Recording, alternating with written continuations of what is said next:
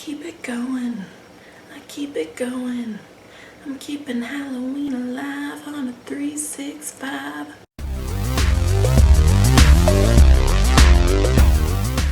Hey, it's Sue in the restricted section. And yes, I am aware that Halloween is over, but I'm in denial. So today I'm doing my GobbleAThon TBR.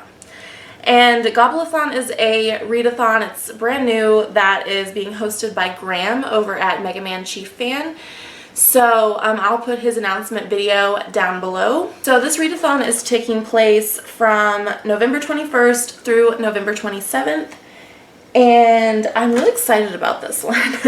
Partly because I feel like for me and for probably other Americans, I know Thanksgiving is only a thing here at this time. But, you know, I'm going to have some days off work for the holidays, so I might actually be able to get some good amount of reading done.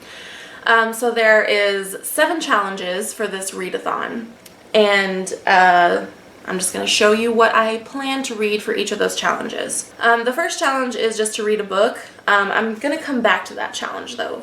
I'm going to start out with the second challenge, which is read a book with brown on the cover. The book I chose for that one is Why the Last Man by Brian K. Vaughan, Paya Guerra, and Jose Martzan Jr.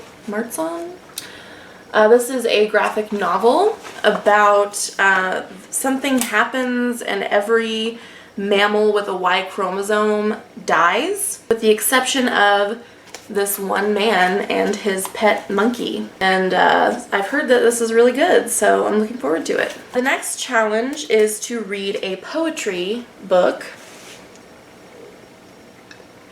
I'm also drinking some Mudhouse Stout, in case you're wondering, which is delicious, from Springfield Brewing Company. Read a poetry collection. For this, I'm reading The Weather of the Heart by Madeleine L'Engle. You might recognize her as the author of A Wrinkle in Time. I read that book when I was probably like 8 or 9, and honestly, I really don't remember it that much at all. But I found this at a library sale and thought I'd check out her poetry. And it's, again, another, you know, pretty short one, so shouldn't be too hard to read. But I do think with poetry, like, you kind of should like slow down when you read it, so that might take a little bit of time to read. The next challenge is to read a nonfiction book. So I chose a book that's been on my TBR like all year, and that is The Apprentice, My Life in the Kitchen by Jacques Pepin. He is a chef. I remember him from the show Jacques and Julia. I think that was the title of it, or Cooking with Jacques and Julia. I'm not sure. But I used to watch that on PBS when I was a little kid, and I absolutely loved him and Julia Child. And so I thought I'd check out his memoir. Okay, the next challenge is to read a book with a Thanksgiving word in the title. And I kind of struggled with this one a little bit, but I ended up choosing Oranges Are Not the Only Fruit by Jeanette Winterson. And I feel like, you know, fruit, it's a food, Thanksgiving food. There's probably always a dish that involves fruit at every Thanksgiving meal, usually.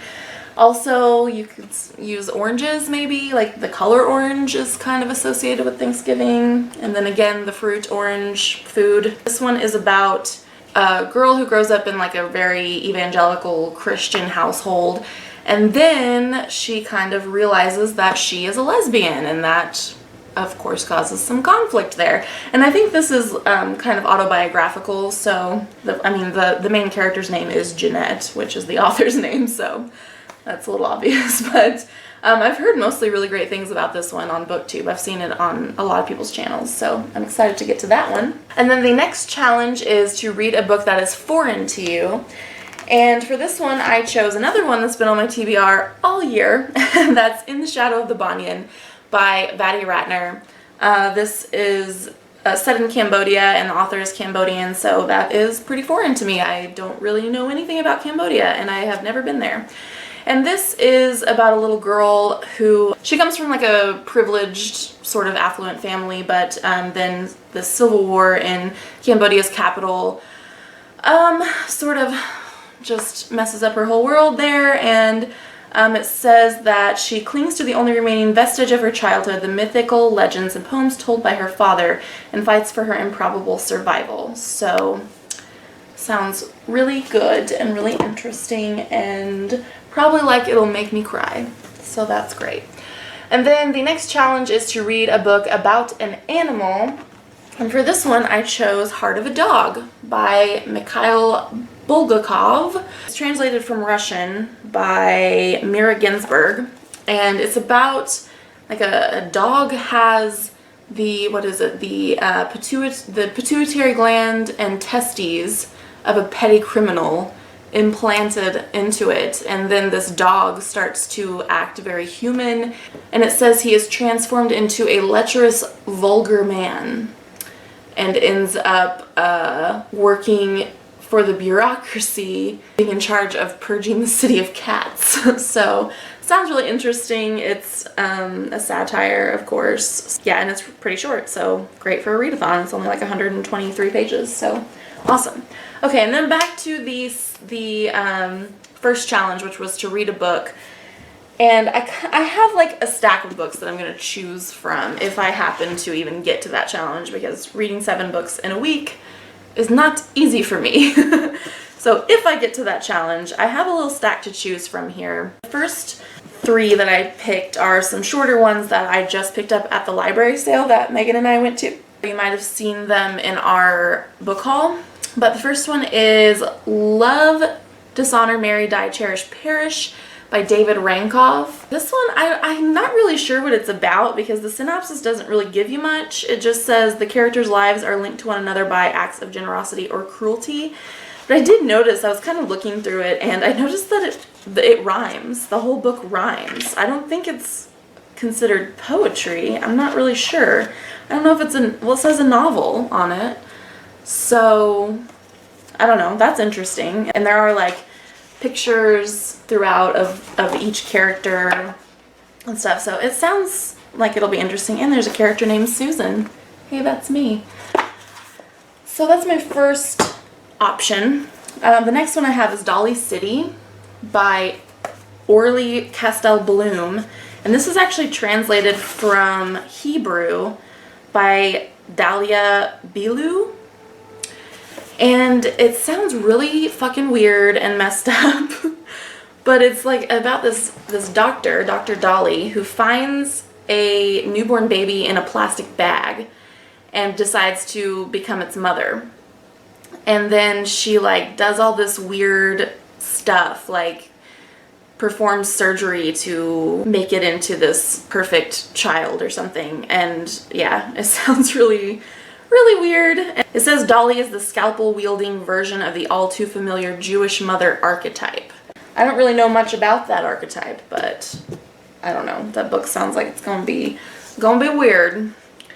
And then the next one is The Whispering Muse by Sion, which is translated from Icelandic by Victoria Cribb. And this has something to do with like the Tale of the Golden Fleece. It's like combines modern stuff with that tale. I'm not sure. I'm not super familiar with that story, so I might need to like look that up first. But this guy, I guess he's written some songs for Bjork in the past, so that's interesting. And then the other 2 that are a little bit longer books that if I happen to get through the other ones and have a lot of extra time, I might pick one of these up. And that first one is Nevada by Imogen Benny. This is another one that's like been on my TBR all year, and it's about a transgender woman who finds out her girlfriend has been lying to her, and then she goes on this like epic journey, like a road trip. The author is transgender, so it's like an own voices book. And then the last one that I might read for that challenge is book 2 in the Xenogenesis series by Octavia Butler. And book 2 is called Adulthood Rights. I just read Dawn last week and really liked it. And so I might pick up or start reading. This is a bind up of all of them, so I might read adulthood rights next. None of them are super long. It's 3 books in this one. So this is adulthood rights here. It's like probably not even 300 pages, probably like 250 or something. I don't know. It's my GobbleAthon TBR. Yeah, like I said, I'll have a link down below where you can see the announcement video. I think it's going to be a fun one, so it'd be awesome if a lot of people joined in. That'd be cool. That's going to be it for me today. There'll be links below where you can find myself and Megan other places on the internet, and if you haven't subscribed yet, please do.